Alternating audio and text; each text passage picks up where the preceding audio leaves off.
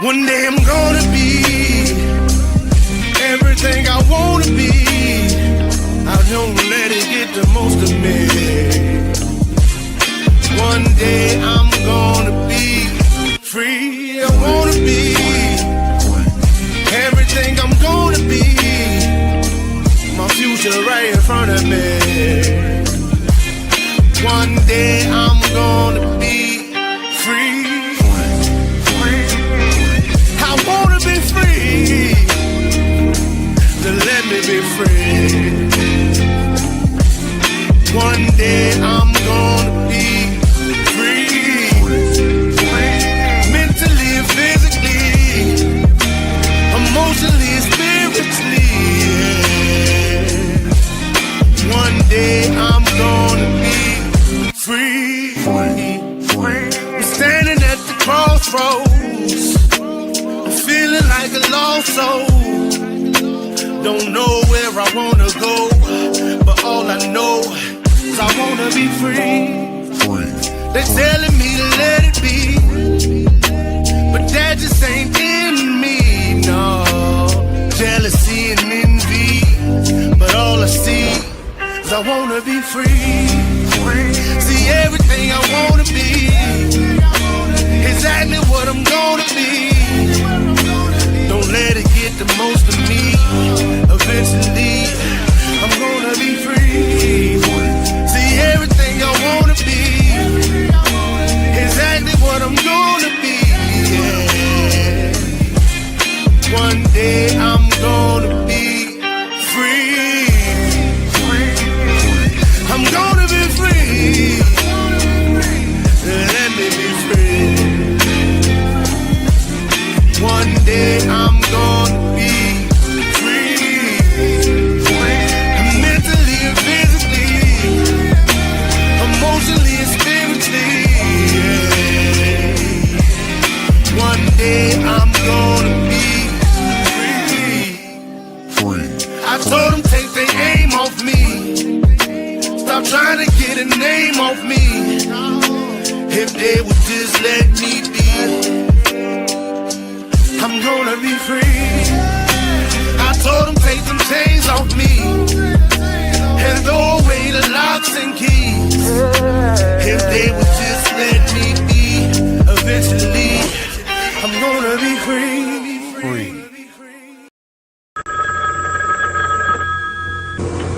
They're back.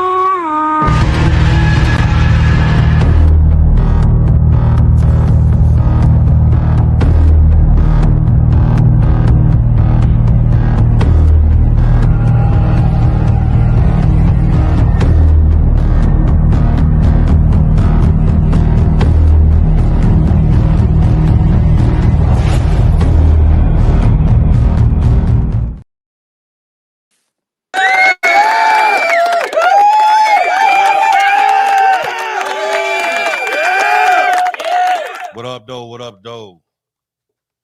14 days. I was waiting for that. I was waiting for you to say 7. We back again for another episode of Dominant Effect. I'm Archbishop. We got Mike Ball, Aaron Olinger. What's up, everybody? Apologies for last week. I ended up having to work a little later than planned, and I knew I wasn't going to make it back home in time enough to do this. So we're going to put more into it tonight to make up for what we didn't do last week. But before we get started, like always, we check and see what everybody done for the week. So what's up, Aaron? How you doing, brother? How was your holiday? I'm doing great. Oh, man, it was wonderful. I got to spend time with family. I was invited to 3 different dinners, and I went to them. I always take something to the party with me. So everyone enjoyed the food I brought, and I enjoyed the company and conversation. So to me, it doesn't get any better than that. I'll stop there. That's right. It doesn't get much better than that. I had family fly in, and we kind of traditionally, since last year, where we all agreed that the family's going to all come here for Thanksgiving kind of thing. So that's exactly what we did, and we had a great time. And great people to be around, great family, food. Man, it was just a great time all the way around. That's what's up.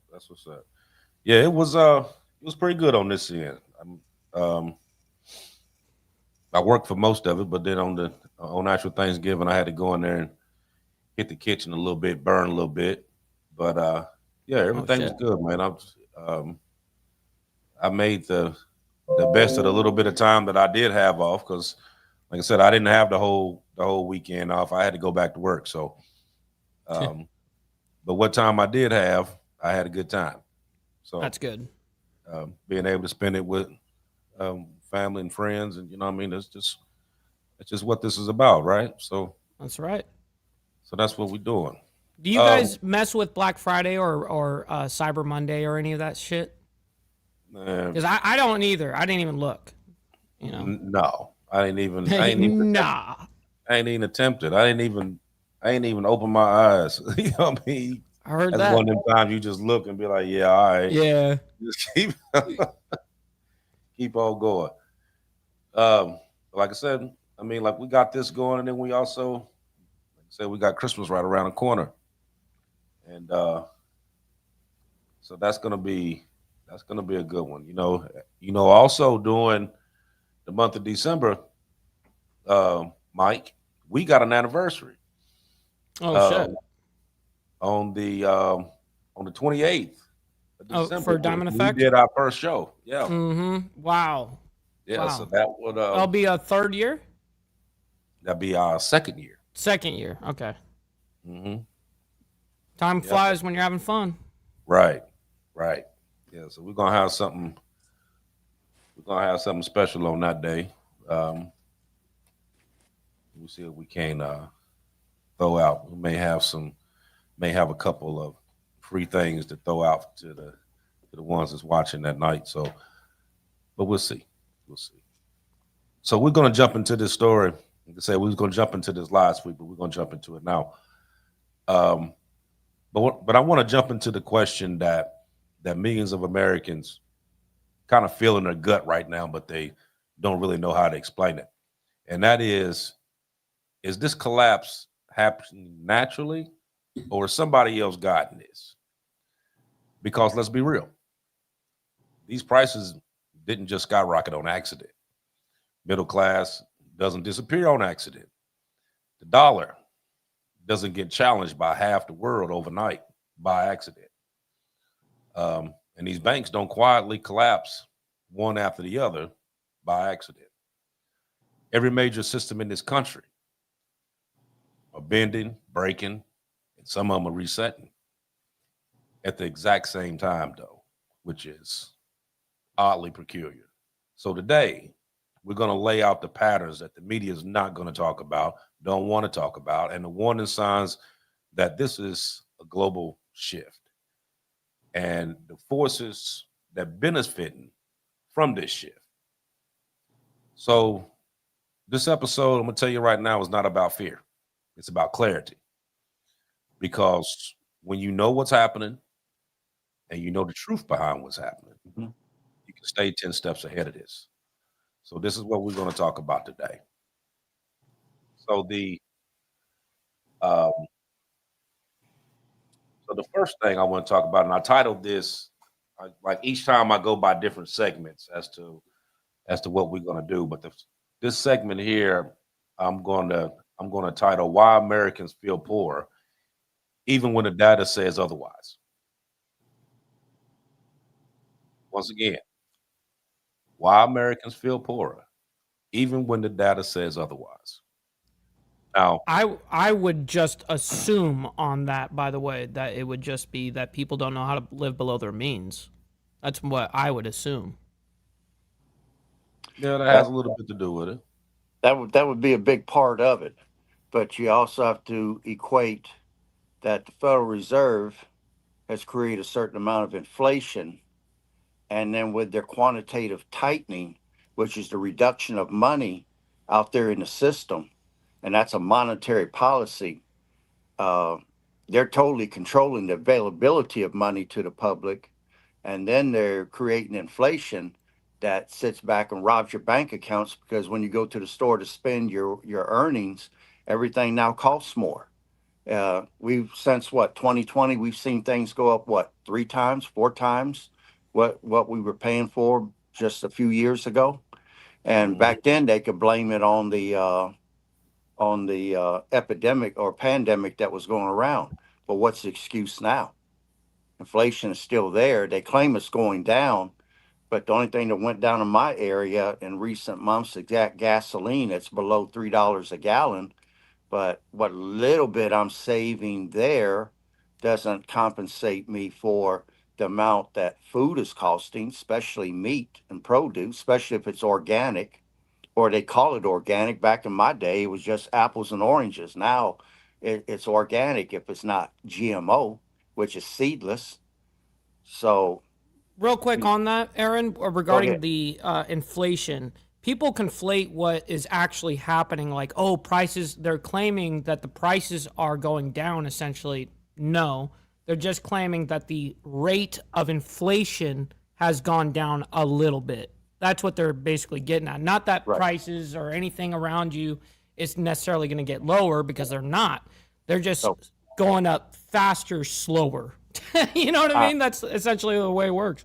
I'm going to tell you this: when the Federal Reserve created inflation, and Biden said a little bit of inflation never hurt anybody, which that was a lie. And he also said inflation is transitory, which means temporary. That turned out to be a lie. Uh, with inflation being where it's at, once inflation got started, greed got started with it. And you got corporations out there that saw a chance to raise prices, even though the tariffs weren't in effect or anything. And they saw a chance to make extra money. Then it took on a life of its own. It became a greed became a Frankenstein monster that was floating hand in hand with inflation. Now inflation is going lower, but has greed gone lower? I say not, but I'll stop there. You know, both of you are right, but one of the things, like what Mike was saying, like from the paper itself, inflation is dropping on paper, Right. but it's rising in reality, actually. Yes. Hmm.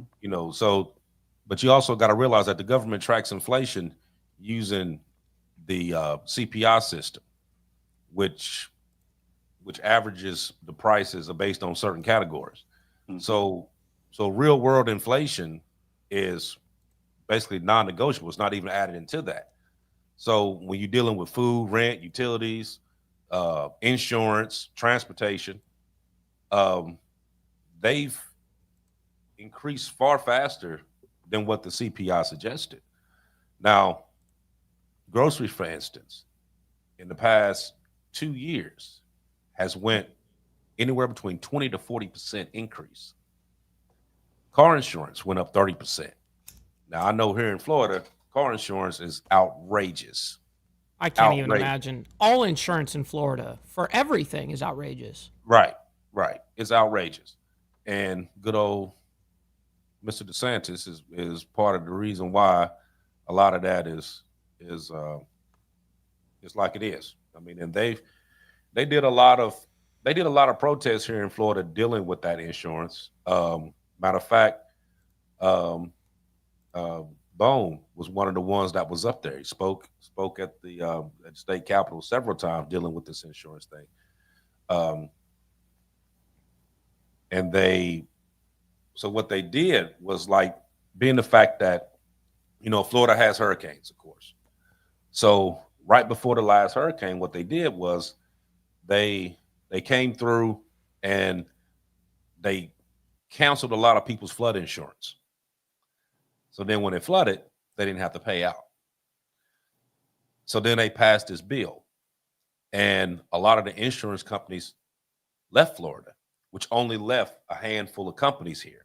Yep. So once you did that, they hiked the prices up because you didn't have no choice. You had to go through them. So like, for instance, I ran into this when I first got here. So when I moved from Ohio to Florida, I had State Farm insurance, which State Farm is nationwide, Mm-hmm. right? So before I left, I asked them, I said, okay, so do I need to switch my insurance or am I good? They was like, no, you good. State Farm, State Farm. It's nationwide. Okay. But when I came here and I went to get my license transferred, They're like, nope, I give we them my not good. insurance card and they was like, no, you can't use this. What you mean? State Farm's nationwide. They said, no, it has to say State Farm, Florida. Right, regional. It's regional by that. Yes, has to say State Farm, Florida. That's Okay. almost exactly the same thing that California just went through with the Palisades fires. You know what I mean? They all these companies pulled out right before all this shit, and they left the California. And guess what? There's only like 2 companies. So how does that work? Right. And then just as soon as I did that, as soon as I went in there and signed up, my insurance automatically went up $100. Automatically. And now it's just like every couple months, it's jumping up. It's jumping up. You know what I mean? And it got to one point, just one vehicle alone, I was paying almost $400 a month. Unreal. You know, from my previous insurance payment was like 110. Right. Right. So if that tells you how much it bounces, you know what I mean, here, and how high it went. But it got so high here that a lot of these businesses, especially up in the panhandle, that constantly got hit, the insurance had jacked up so high that people couldn't even afford insurance. They wasn't getting insurance. And then another hurricane come through and they hit it. They hit, then another one come through and it hit what didn't hit the first time and just wiped it out. You know what I mean? And people lost their ass over there because they didn't have insurance because they couldn't afford it. Yep. And they're left holding the bag with nothing at the end of the day. It's terrible. Right. Right. So now you got these companies that keeps prices the same, so they say, but they shrinking the products. So you have like an 18-ounce box of cereal. Now it's 14 ounces. Yep. You got the family size bag of chips that's 2 to 3 ounces smaller. You got a whole bag, and by the time you grab the bag, you got this much chips in it out of a whole big bag. The rest of it was just air, you know? Right. Even down to the toilet paper. You got fewer sheets. You know what I mean? That's right. So they've been dropping this stuff down. Mind you, they charging you more for it. They're raising the prices on it though. But they dropping down the actual product that they give you. So it isn't, now that particular part isn't counted in that CPI. So the public feels the pain on that without the system actually acknowledging that that's what's really going on. So then you have, on top of that, you got the wages that's going up, but it's also the cost of living is going up. Okay. No, let me take that back. Let me go back. The wages aren't going up, but the price of living is going up. Mm-hmm. Sorry. So even though the wages rose, 3 to 5 cents, inflation went a whole lot more than that. So after the adjustment for inflation, most Americans basically lost their purchasing power. So real wages have declined nearly every year since 2020 in the middle class section, that is. Now, the middle class has historically been the backbone of American stability. Is what it's always been. But today, in this day and age, they earn too much for financial aid, too little to afford homes, retirements, and Medicare. And the money is so tight, you can't save. You're not able to save nothing because everything you making, you putting right back out the door. Yeah, they're underwater already. Yeah. Right. You just looking at your bank account and like, yeah, okay. And I'm just trying to make it to the next day, kind of thing. I right. get it.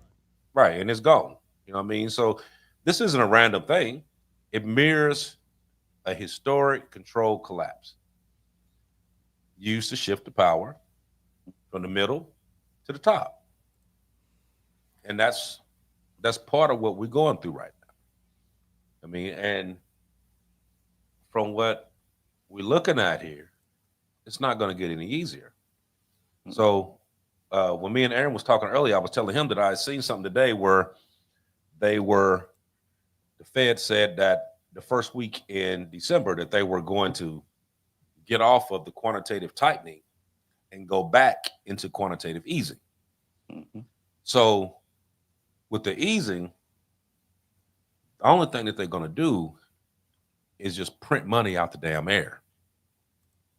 They're going to throw money everywhere. And like me and Aaron was talking about, for the short term, yes, it'll stimulate, it'll keep away the little stagflation there for a little bit. People will start buying, and they may go and they may drop the interest rate just a little bit. So, if you want to go get a house or something, you're going to be able to do it. But on the back end, though, the inflation is going to jump up. The prices for the stuff that we're paying for now is going to jump up, because the more money you have circulating to buy the same number of products that's been out, prices are going to go up. So in one sense, people would think that it's helping them, but in all actuality, it's really not. And that's the reason how they went into that quantitative easing anyway. They printed out all this money from the air just to go back and buy these bonds. And then they took them bonds when they did the tightening, and a lot of those bonds just went poof, disappeared, like they were never there. Basically, they got wrote off. You know what I mean? But a lot of people don't understand exactly what that meant. You know what I mean? What they were doing. A lot of people ain't really go through and see what quantitative easing and quantitative tightening really was and how that actually affects you. But now you get ready to see. The holidays are coming up. Everything's getting ready to jump up. All the prices are getting ready to skyrocket. And it's not gonna get any easier. This is just the beginning of what's going on. And that's, as we keep going in here, then you're gonna see that it's a whole lot more than what people are talking about. But let me ask you this question here, and I know, Aaron, you're gonna jump something up here, but the question that I'm asking you in the audience to answer, you can put it on the chat what your answer is going to be. Is the dollar in real danger, or is this just fear overblown? Put your answer in the comment as to what you think it is. I'm gonna read it again. Is the dollar in real danger, or is this a fear overload? Aaron, I'll start with you. All right, Mike, if you don't mind, could you put up that photo for me? I got you. Let me see. Okay. Let me locate it first. Give me a second here. Okay. Here it is. All right. Okay, as people can see, this is the dollar's worth. And you can see it's had some highs, but here recently, it looks like a ski slope that somebody goes skiing on. It's been constantly going down. Keep in mind that the Federal Reserve, or let me take that out, the central banking system of the world is basically destabilizing the dollar and taking its value down lower, lower, and lower. So is it our imagination that we're losing purchasing power? No. The graph itself clearly shows that it is, because under quantitative tightening, which is a contractionary monetary tool that's applied by the central banks to decrease the amount of liquidity or money supply in the economy. So if they're decreasing money supply, businesses that hire people cannot create new jobs, especially good paying jobs. They don't have the money to expand. So you're decreasing the ability of people to earn, as well as the creation of new jobs for the young people that's getting out there into the workforce. Now we're going to go to quantitative easing, which again is a monetary policy by the central banks. It's where the purchases are predetermined amount of government bonds that they're going to buy, or company shares, to artificially stimulate the activity or the economy. The key word there is artificially stimulate. You're manipulating the market. It's not real. You're buying U.S. debt that's supposed to be sold on the world market to other countries, and the Federal Reserve or the central banks are supposed to be the buyer of last resort.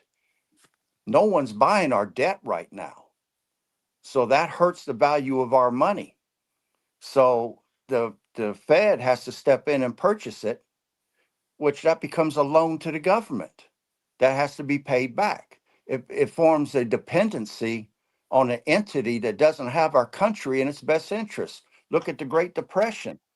because they didn't like the president that was in office, they kept raising interest rates until the stock market collapsed. Then and they've been around since 1913. And then 5 years later, under Roosevelt, they said that the American public couldn't own gold no more, and they had to turn in their gold. And if the president didn't make it happen, that they was going to hurt our economy worse. And the American public was forced to turn it in for the Federal Reserve notes. That's how much power that they have. And as you can see, they control the money. They're the manufacturer of the money. And look at how the dollar is slid down over and over again. People's bank accounts should feel like they're being raped right now because of how much purchasing power we've lost. But let me Well, stop there. I'm getting mad actually, over here. I got a little some regarding purchasing power. This is actually a graph that I made, and this is into regards to the gold buying power in 2025 and the U.S. dollar in 2025. Right. So the blue line's the U.S. dollar, as you guys can see it going down each month, and gold going up each month. The way that I reset this is when I made this graph, I reset all bases back at 0. Okay, so everything was rebased at 0 at January 2025, and this is the difference since then, right? So this is just leading up till September. This is what? January, February, March, April, May, June. That's it. And that's how much of a difference we're already seeing when everything's been rebased. So yeah, our U.S. dollar is definitely in jeopardy right now. Yeah. And then on top of that, we're carrying a U.S. debt right now of $38.34 trillion. I Right. mean, there's our interest payment on that, and this is a year, is $970 billion a year. That's almost $1 trillion. That's just the interest payment. We can't even pay down the debt. We can't afford, we have to borrow money from other nations just to pay the interest payment. I mean, can you imagine having a credit card that you can't pay on the debt at all? All you can do is make the interest payment, and you're barely doing that. You're having to borrow money in order to pay that debt. I mean, name me one nation in the world that got out of debt by borrowing more money. Name me any of them. It's a floundering economy. I mean, we're that far over the edge of the cliff. We're falling. And somebody is helping us along the way called the central banking system. Now, But let Aaron, me I got a stop there. question. I got a question for you. Do you see us being somewhat in the same range numbers of what objectively hyperinflation would be? We're getting close. Okay. We're getting close. I mean, we're paying 3 and 4 times what the normal price of things was. But like, I'm gonna use Argentina as an example. They're in hyperinflation right now. A dozen eggs cost $200. So I mean, you talking about their bank accounts being raped. I mean, they're barely able to afford to eat. Yeah, but we So just bought out their currency. yeah, You we know? bought the currency and they ain't gonna be able to pay us back. So Hell it's no. I don't know why we fucking do dumb shit like this. well, we did it because if we get into war down in South America, Colombia is already against us, and then you've got Brazil as a part of the BRIC alliance. We need a friendly nation down there if we have to run planes to or come at a different direction on an attack to get them in a two-front war. We would need that access, and we can't let that whole country down there go red and become BRIC alliance. They're too close to our border. So we're trying to save some of the allies, but man, we're so far over the edge ourselves. Anybody we try to save, it's like you're trying to save someone in water and you're holding them up, but they're pulling you under the water, and you're trying to save them, but you're bobbing up and down. You're almost drowning trying to save these people. So, man, we're in a bad shape right now, and people don't realize how bad it is. But a lot of these interest payments that's being paid rivals a lot of major federal programs, like the amounts that they're spending, because the interest rates rose, the cost of service and the debt just exploded. So with that forces the government to do this little loop so to speak. So you got more borrowing equals larger payments equals more borrowing. You know, now on the historic side of that, you know, every major empire and we've talked about this before, every major empire collapsed financially following internally this script, right. following this script right here. So you had Rome that was basically had to debase their currency. You had Germany that printed out way more money than they were supposed to, which started hyperinflation, printing out more than what they were supposed to. And then, like you said, you got Argentina and Greece that defaulted after the debt. Now you had to turn around and buy out that debt. Same reason how you got China and Japan and these other countries buying out our treasuries as we speak. Right. You know what Rome I mean? was interesting with their bullion. You know, they had like 90% sterling, and they had fine silver and stuff like that in their coins. But as far as I know, they went from, having high silver content to damn near nothing by the end of their collapse. And that's essentially the government printing money. It's the same concept, because you only have a limited amount of supply of gold and silver. And if you keep cheapening your currency just to get more of your currency, well, you're actually losing in the long run. Right. Right. And then too, you also got to think that once they switch back over to this quantitative easing, dollar's going to drop a little bit more. So that part is definitely going to happen. They've already just said that they, between the 1st and the 10th of December, they're going to lean over more towards quantitative easing and stop tightening. So you're going to see when we talk about this, give it about a couple months, and then we're going to compare some of this stuff as to what the price is now as opposed to what the price is going to be in a couple months. Real quick, I want to shout out Black Legionnaire for the $5, man. Thank you so much for that. Goes a long freaking way. See, now then on top of that, you also got to think about the global shift, because you got a lot of these countries that's trying to push yourself away from the dollar. That's what started the BRIC. That's right. Expansion. So that's a direct threat to U.S. dominance around the world.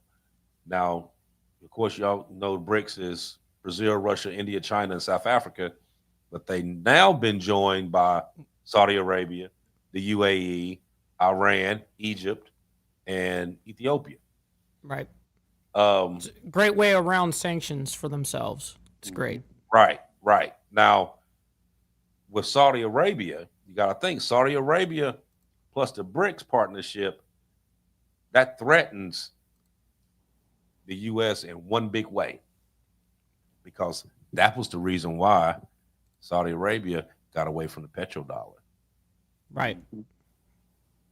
And that petrodollar was the foundation of global power since 1974, when they first initiated it. Now, those of you who don't know the story with that, the dollar was actually under the gold standard until 72, when Richard Nixon took it off.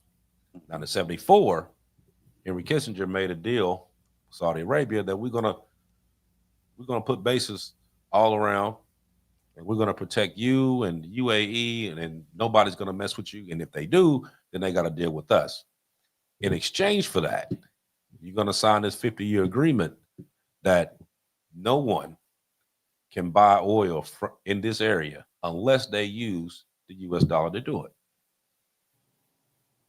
That was done 50 years ago. When that ended on June 9th of, was it June 9th? Yeah, June 9th. When that ended, the dollar instantly started dropping, because Saudi Arabia decided that they wasn't going to re-up this treaty, and they're going to let everybody just get it however they get it. Now you don't need the dollar in order to buy it. So what was people doing? Start dumping. They started dumping treasuries. They start putting the money back out in circulation that they were holding on to, which helped with dropping it some more, because there was more currency floating around than it needed to be. So they already had this set up that this is what they was going to do.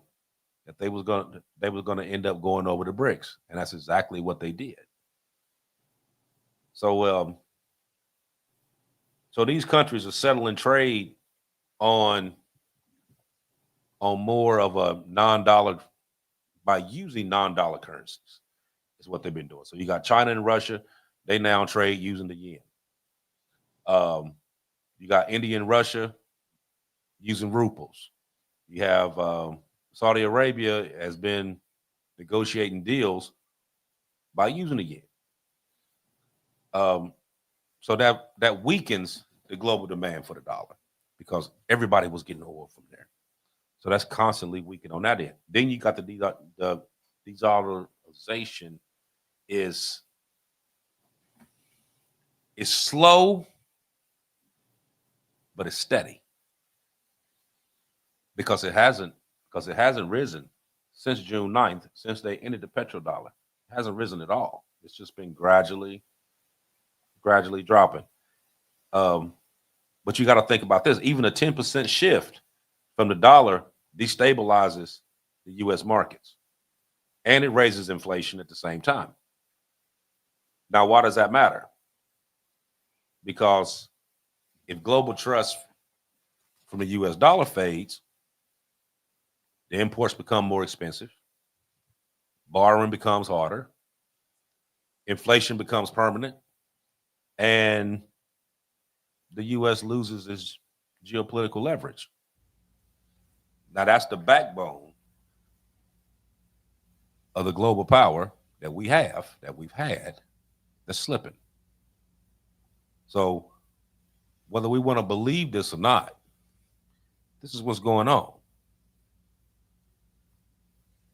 A lot of people don't know about this. They don't even talk about this. Of course not. You know what I mean? You hear every now and again, you may hear something about BRICS every now and again, but nobody's actually going on there telling you exactly how serious that is because they're doing everything humanly possible to drop that dollar. Right. And that's, just like we're struggling, they're struggling too. They don't got it all fantastic either, but they are a humongous threat. Want to give a big shout out to Terrell coming in with the $5 on the Cash App. I very much appreciate that. That goes a long way. Thank you for that. Go ahead, Aaron. Yeah, I want to add to what you're saying. When you went back in history and you talked about us going off the gold standard, our money was in trouble back then, whether people realized it or not. We had to go off the gold standard or we was about to become insolvent as a nation. Plus, OPEC oil had us by the short hairs because they put an oil embargo against us and was threatening our economy with not selling us any oil. Now, when Henry Kissinger negotiated that petrodollar agreement, we were long-standing holding that grudge. The countries that didn't sign on for that, if you notice, OPEC don't exist no more. We destabilized everybody from Libya down to Syria. We destabilized all of them. We taught them a hard lesson. We destroyed their economies. They don't hardly exist no more. They're failed countries. And we took it to them. And now you fast forward to right now. Saudi's trying to play both sides against the middle. They're trying to play on the BRICS side, but they're still kind of leaning toward us. So Trump was able to get the Saudis to manufacture more oil, to flood the market with oil. Argentina, well, not Argentina, but Venezuela and Russia and some other countries, the value of their money is based upon their oil production and their oil sales. With oil being down around $40 to $48 a barrel, their economy is hard hit. Now, if oil went above 100, they would be walking in tall grass with the tall dogs. But right now, their economies are suffering because the market is oversaturated with oil, so they can't get as big a price. China is suffering due to all the corporations that have gone under within their own nation, which the corruption and the corporations going under has created such large debt that their money isn't as strong as it would appear on the surface. So they can't take off right now on us as hard as they think that they'd want to, because of how bad things is for them right now. If it wasn't for that, we'd be in some trouble. But as long as we can keep the pressure valves on them, on their economies, then it takes a little pressure off of us. But hey, we're still suffering too over here, because we don't build a dependency upon the central banking system to keep us afloat with their currency, their Federal Reserve notes. They're literally running our economy right now. And I feel that was one of the worst things that ever happened when they allowed the central banking system set up inside this country.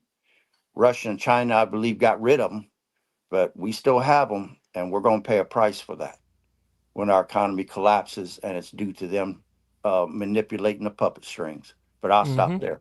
Mm-hmm. Very true. That's Hey, what everybody, make sure you hit the like button. By the way, we have over 100 of you guys in here. Make sure you hit that like button and double tap the screen if you're on the vertical side.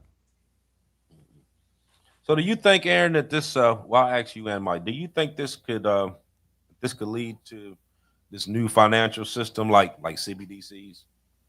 Oh gosh, yeah. I mean, the Federal Reserve already has Fed Now in place, which is that's not digital currency. It's a service provided by the Fed that allows banks to transfer money back and forth in large sums in real time. They have that in place. They already have the CBDC, the central bank digital currencies, which exists only in a digital form. And instead of printing money, the Fed, or rather the central bank, issues a widely accessible digital coin that transactions can be made more simple. You don't have to print money to do a transaction. Everything is done digitally. That's the carrot on the stick to get everybody to go for it. Is everything's going to be much more simpler. Yeah, it's going to be simpler for them to control you, but hey, what do I know? But I'll stop there. Mm-hmm. Yeah, that's what I was thinking too, because um, crisis is what actually Hmm. starts all these new systems. So Yeah, yeah. take for example, back in 2008, you had you had the crisis that went on then. So then you Hmm. had the mega bank consolidation, where they went through and paid all that money to free up all those banks. After the Great Depression, you had the start of the Social Security and the FDIC right after that. Hmm. A modern collapse that we're talking right now could lead to this digital dollar, because it's programmable, it's trackable, um, and it's fully controlled. Now, the Fed now was the infrastructure, but the CBDC could actually be the final step to that. And I was looking at this documentary earlier in the week, and it was talking about the CBDC and the digital IDs and all that. And the way it was the way it was talking on there about um, how the WHO was talking about in 2030 that the world will own nothing and be happy for it, and That's right. where that actually came from, and that actually came from a lady who had wrote a paper over in Germany, and this is what she had highlighted as to what she felt should go on. And it's not going to be it's not going to be done without protest. We all know that. People going to raise hell whenever it comes to that. But there's actually stuff that's in place right now that we actually use every day that's pretty much close to what they're doing, because a lot of these states have been implementing certain little things here and there, like the digital license, or when you're doing the pay and you got your card on your phone and you just, just tap and just go on about your business. They've been slowly working us into that anyway. You just ain't realize that that's what they're doing Mhm. because it's easy, it's convenient, less time, and most people now that you talk to, what's the first thing they say? Oh, I don't carry cash. They slowly moving you into it. You know what I mean? So a lot of people would just go into it like it's no big deal. You know what I mean? A lot of people will go against it based on what they feel this represents, and total control of your money where you can tell where every dime is going, where you can tell me what I can and cannot spend my money on, where everything is trackable and traceable. You know what I mean? It's a system of control, basically. I mean, there's no ifs, ands, and buts about it. That's just what it's going to be. And it's slowly coming. Like I said, the UK is doing it right now. They've been doing it in China. I seen a thing the other day. Do you realize how many people, actual people that has jobs, is actually sleeping on the street right now because their social credit score is so low that they can't even get housing, or they can't drive their cars, the little electric cars, because their social credit score is too low? I mean, this is what's coming, whether we want to face it or not. Mhm. Real So quick, we Cali Kills coming in with the 9.99, saying I can listen to you guys all day, every day. Y'all speaking nothing but facts. That is true, bro. appreciate you. Awesome. Thank you for that. I mean, it's when you look at it, you can look at it two different ways. Number one, it's a sad set of events because we know what's going on, Mhm. but then also we're actually living in history right now, because this is going to be, people were thinking that this was going to be something that was going to be way far into the future, and it's not. It's right here, This is right this around is the going to be corner. right. This is going to be within the next 5 years. Yeah. Within the next 5 years, all this stuff is going to be implemented. You Mhm. know, now, now the question is, what are you going to do between now and that time? What are you going to do? How are you going to prepare for it? No What kidding. things are you That's going to have in place? You know Can what I you mean? Because survive this? right, because this isn't the time that you wait until it happens. Because if you wait until it happens, you're too late. Facts. Way too late.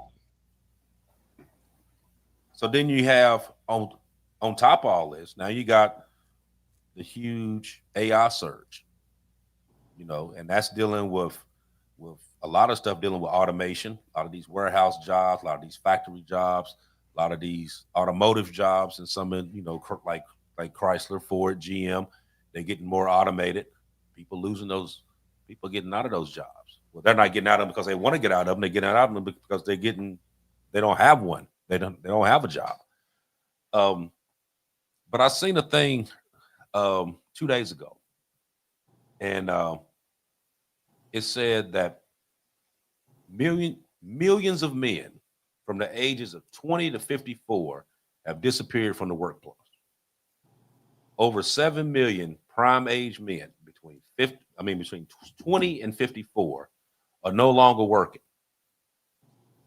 And they had the different reasons. So the reasons that they had was disability claims, lack of opportunity, automation, eliminating the jobs, and a lot of them just had mental health decline. 7 million. 7 million prime That's a age lot. men between 20 to 54 disappeared from the workforce. Now, with those numbers, that's actually catastrophic for an economy. Mhm. Now, AI is eliminating these jobs faster than what we once thought was going to happen. I mean, of course, we knew AI was gonna come in and it was gonna play a role in a lot of this to make a lot of these jobs easier or whatever. Um, what is that? Put your friends network together today across many platforms My paranoid time will tell. No, actually, you're not. No, you actually dead on. No, That's you right. actually dead on. Get your people, your muster list of people that you're going to be, with or around during times of crisis. And absolutely, this shit is survival mode, baby. Right, right. Now you gotta think like a lot of these AI programs, they replacing writers, customer service people, logistics, uh, basic accounting, technical support, um, transportation, data analysis. Hell, you even got cop cars now that's running on the remote, running on AI. That just show now. I don't know what they're gonna be able to do, but I know I just seen a thing the other day where Miami has vehicles, has actual police cars that show up. They're fully AI. Ain't nobody in the car. Now, what the hell you plan on doing? I have no idea, but they have them, and it Crazy. it pops out a drone on the top of it, and the drone goes around and does surveillance and all that jazz. I mean, That's it's a whole crazy. right. It's a whole big thing. Um, even okay now, also going with the CBDC and then dealing with this, like you got to remember too, all that little gig work the people was doing, they're working behind the table. You know what I mean? That little bit of work you doing over here for the little extra money, that shit's over. You know what I mean? It ain't gonna be no more of that. So, um, so you got right now, you got millions of people right now that's that's only surviving by doing like DoorDash, Uber, Instacart, No kidding. uh, little side hustles, some little online freelancing type stuff because a lot of these jobs then went kaput. You know what I mean? But does that not mirror a control shift? What do you think about that, Aaron? Well, I say you're 100% right. And I'll be honest with you, they're going to have to reduce populations of the world down to controllable numbers because right now there's too many people in the United States alone.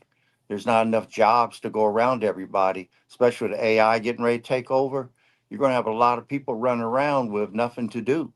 Uh, but if you can get rid of them due to a pandemic or a major war, uh, you can get that population down to a controllable number without them realizing that you're culling the herd. uh, in my area at the airport. This happened 2 years ago. I was out that way. I saw a helicopter that had sheriff wrote on the side of it. It wasn't a full size helicopter. It was about half the size, probably about the size of a little bit bigger than my minivan. Mm-hmm. But it had these pods on the side. And I asked somebody what they were, and they told me they was I can't remember if they said tear gas or pepper spray dispensers that in case of a riot, that chopper could fly right over top of rioters or protesters. It could literally crop dust them to death with a chemical agent. And I was like, wow. I mean, and then you got AI that's going to be controlling some of these new jet fighters. Uh, you got what's his name, Bill Gates, saying that with the amount of satellites he's putting up there, not counting Elon Musk, that there won't be a square piece on Earth that you can go that they're not going to be able to find you or see you. I mean, it's getting scary. And Mm-hmm. like the one person said earlier, you better be building your community right now because that's what you're going to have to count on when we get into this. Mm-hmm. Do you see this right here? One of the somebody put on here the birth rates are already pretty low, which is Yeah, true because a lot of people are not having kids these days because everything is so high. They can't afford to have kids. right. You And know. let me add to that. If you're going to reduce the population, you have to slow down the birth rate and you have to speed up the death rate. That's the two formulas to the recipe that you have to do in order to get a population down. I mean, China went to what, one child, but because of the number of people they had, their population still went up because they wasn't able to slow down the birth rate. They thought they did by just going to one child, but hell, when you got billions and they're still able to make one child each, your number's still going to go up. And then you didn't do nothing to speed up the death rate. So, in order to get the numbers to where they got to get, slow down the birth rate. That could be why they're coming out with these sexual robots that they're getting ready to come out with.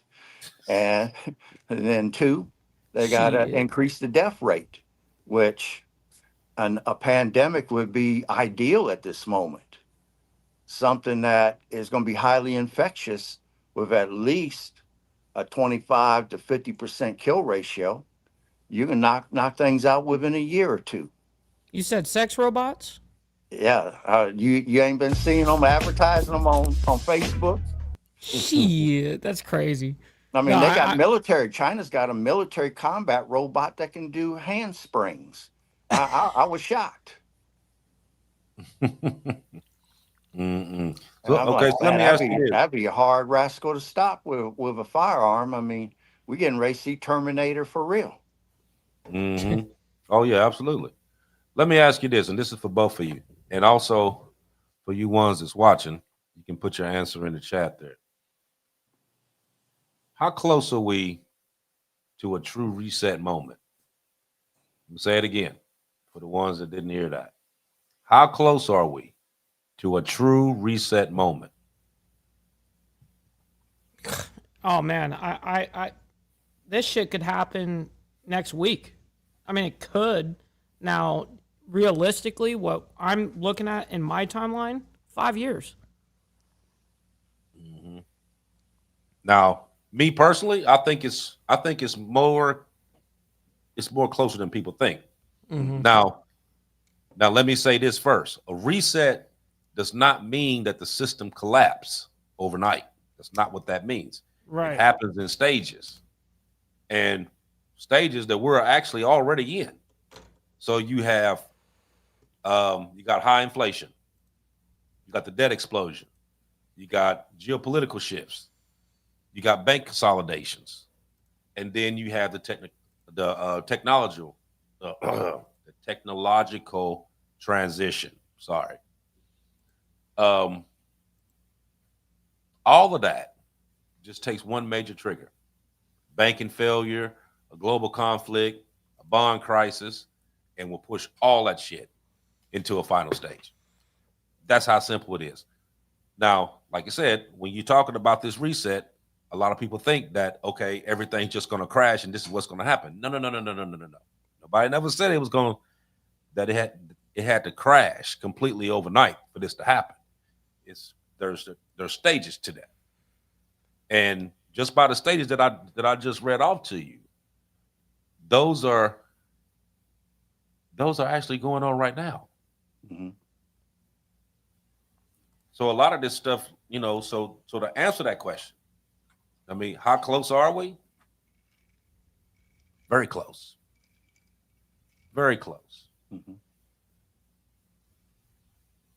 I would agree with you 100% that we're very close. To say it's within the next 5 years, I think is very well said because of the 2030 agenda under the UN.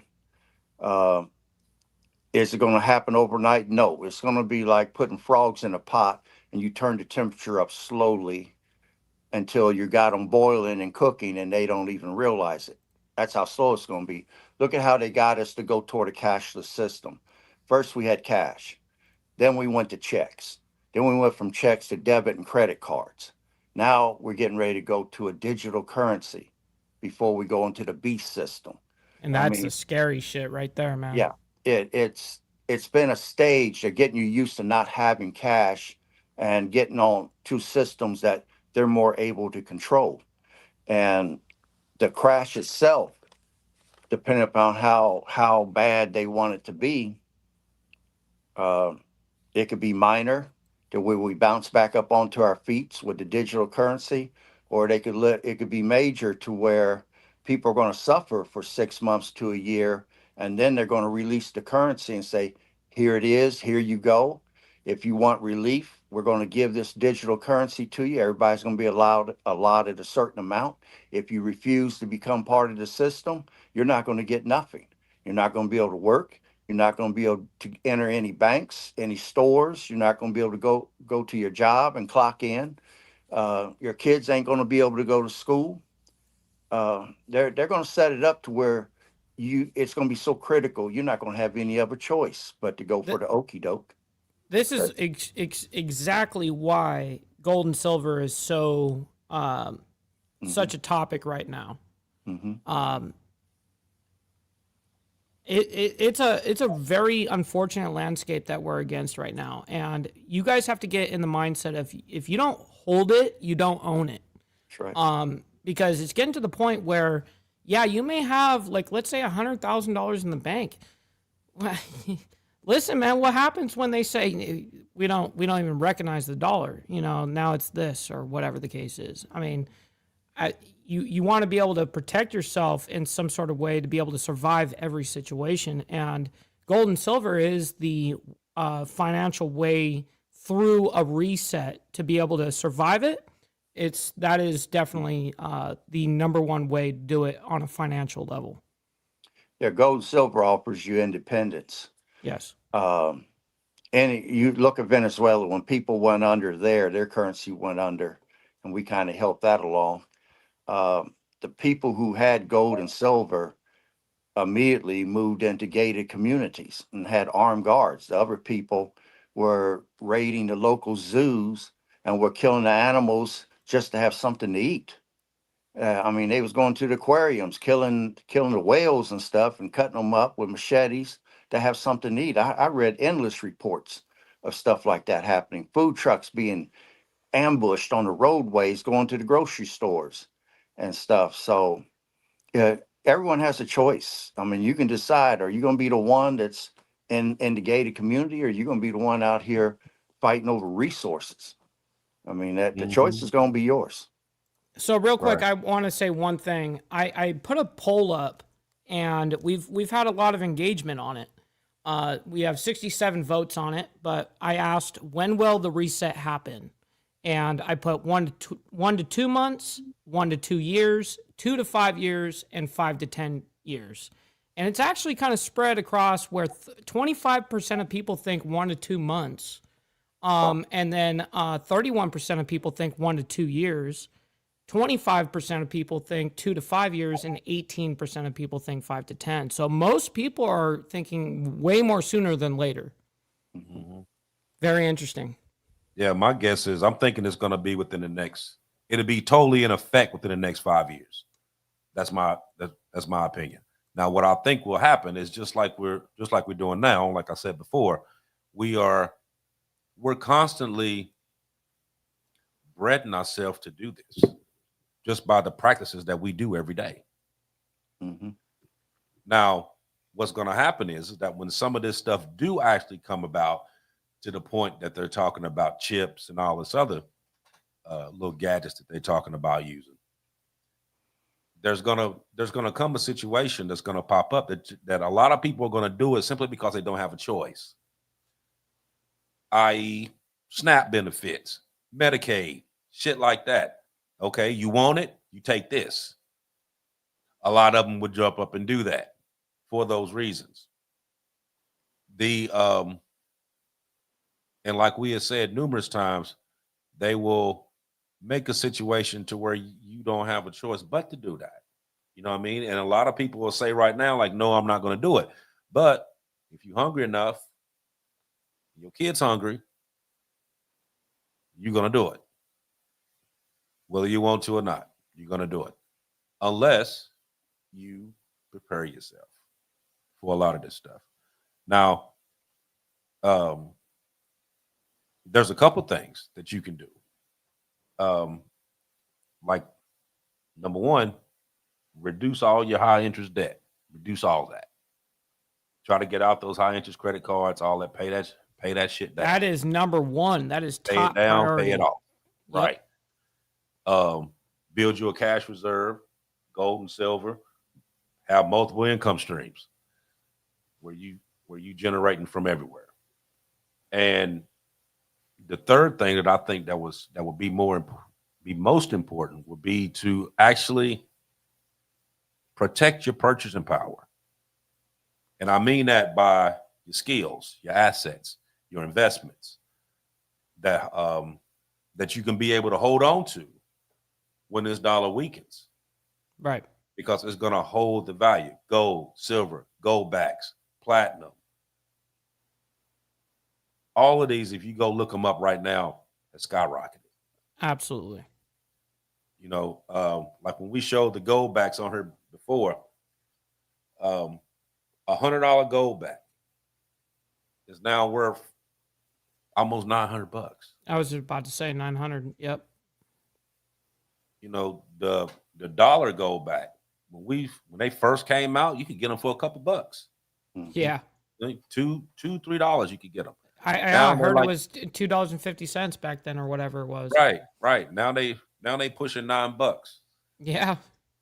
You know, so a $1 gold back is now worth $9. Yeah. You know what I mean? And every time the gold prices go up, gold back's gonna go up too. And that's one thousandth of a troy ounce. Right. You know. And then you have a lot of these states now that's starting to produce these gold backs. You know, it started out with just a couple. And now every couple months you see there's another state, there's another state, there's another state. Yep.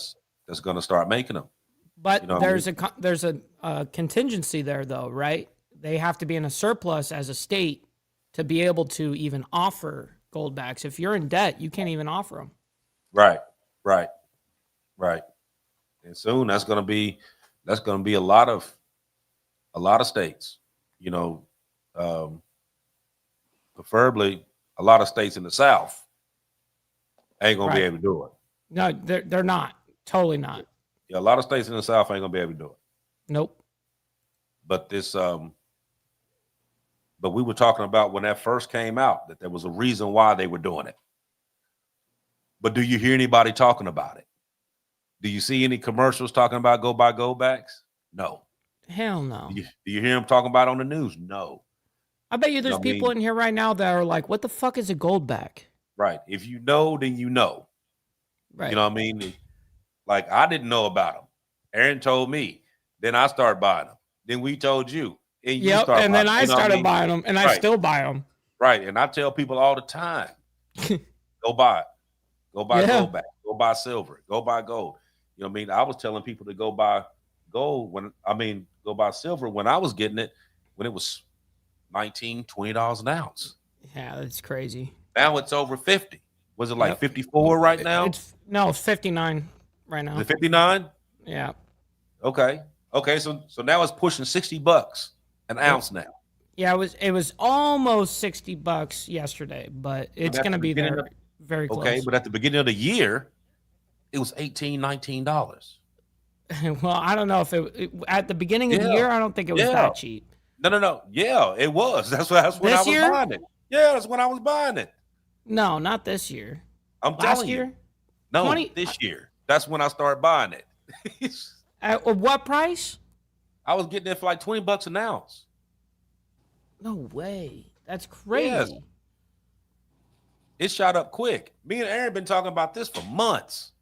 And we kept saying, it's going to jump up. It's going to jump up. That's what made me start buying it. Talking to Aaron. Because he was and this bull run that we're seeing, on gold and silver, in particularly silver, we're 2 years into the bull run theoretically. And I think that we're on a very early stage of the bull run. People are like, oh, the bull run's over, blah, blah, blah. I actually think the bull run's going to happen for another 6 to 8 years. But what do you think going to happen once it gets to the certain point to where you're not able to buy it? Because well, I mean, look at a lot of these central banks, and if they're struggling to get shit, then that's a hightail sign to the public.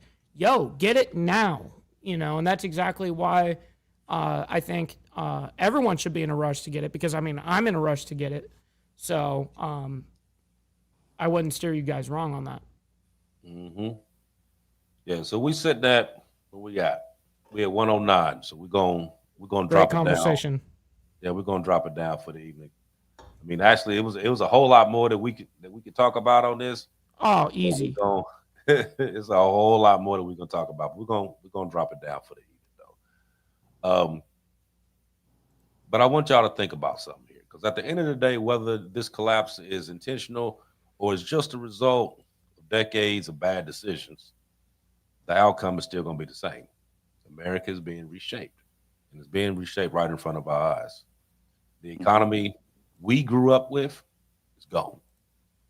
The middle class is shrinking. The dollar is being challenged.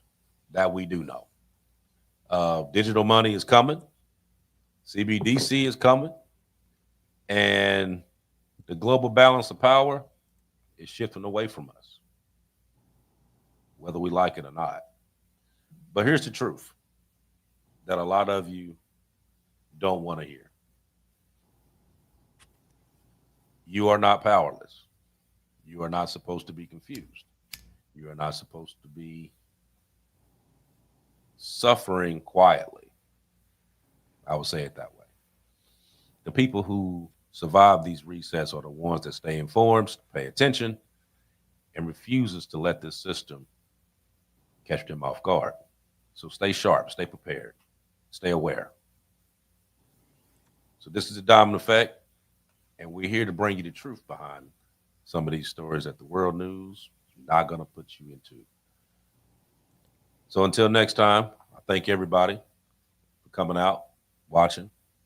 Hit that like button on the way out. Like, follow, share, subscribe. Pass this on to a friend, somebody you work with, whatever. Just tell them go on there and hit that button. Watch some of this stuff. You know what I mean? Because that's our end game there. It's, it's not about it's not about money. It's about putting this information out there and hoping that it's reaching enough people to where they're aware, they're informed, and they do what they need to do for their families before it's too late. This is not a conspiracy theory. This is facts.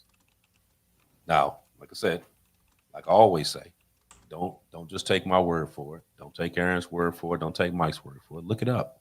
Because the same way Absolutely. we found that information, you can find that information too. Yep. So, like I said, thank everybody for coming out.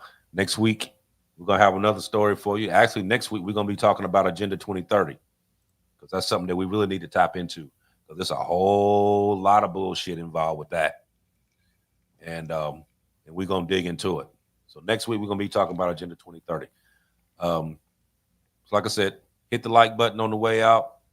Scan that little QR code at the top up there. That takes you to the Diamond Effect uh, site. We got a lot of stuff on there. Go on and check it out. And if you're actually a member, you get another section that nobody even sees that has a lot of great stuff in it on that part as well. So go on there and check that out. And like I said, please, please, please, please, please hit that like button. That's what get this out to the proper algorithm. You see that we're doing it on two different stages right now. We're doing the horizontal and vertical. So that way we're getting people watching TV and people watching on the phone. That's Hit right. that like button. Pass this on, because I'm telling you, this stuff that we're putting out right now it's important, and it's important for every single person needs to hear this. So put it out. So until next week, talk to y'all later. Peace, love, and out. Hair grease, Aaron, go ahead. Okay. I don't know how people feel, but you should be asking yourself a question right now, and that is, are we at the end of the world as we know it? Is things about to drastically change? And depending upon where you're at, what stage you're at. If you're a beginner, you should be working right now on your health and fitness. You should be working on your finances. That includes investing, and you should be building relationships with your family, blood relation, or extended family. Now, that's beginner level. Intermediate level and advanced, you should be purchasing tools. More tools you got, more independent you are. Learn how to use them. You should learn how to grow food. You should be educating yourself in various skills so that you're not dependent upon anything or anybody. The more you can do for yourself, the better off you're going to be. And build your community. Get you a mechanic that can work on your car. Find you someone that can do plumbing that you can barter and trade with. These things are essential. So look into that. And I'll stop there. Yeah, man. I think that people need to understand that this is not quote unquote fear mongering. This is very much a being realistic about a situation, objectively. And I can't thank Archbishop and Aaron enough for their expertise on these topics. I've learned an immense amount of time almost doing this now, almost 2 years with these guys. It's just been a great time to be able to have these conversations, and I'm very appreciative. And it's definitely put me in a better position to this day. So I'm very appreciative of that. The rhetoric that we speak up here, I actually follow. I do myself, and so I advise everyone here that was listening this evening to go ahead and take into consideration, like, okay, how do I survive every situation? I mean, that's essentially the way that you got to look at things. How do I if the stock market were to crash, will I be able to survive? If our U.S. dollar becomes worthless, will I be able to survive? All sorts of situations. And I think that we're just getting into a point of history where it's just getting to that point where it's just getting harder and harder and harder, and then it's gonna pop. And when this shit pops, it gets real quick, right? People are gonna be like, oh shit, now I want to go get a gun. Now I want to go get some gold and silver. It's like, no, you need to do this. We've been talking about this, and I hope that people really take advantage of the knowledge that is spelled out into these shows, man. So anyways, with that being said, much love, honor, respect, everybody. Make sure you guys hit that like button on the way out. I very much appreciate all of you guys. Stick around. We're going to be rating our buddy Carney's ride. He's live right now, so make sure you guys go over there and let him know that we're coming through with the Mike Ball raid and Diamond Effect raid, man. So thank you guys very much, and we'll see you guys here in 7 days. Much love, honor, respect, and God bless.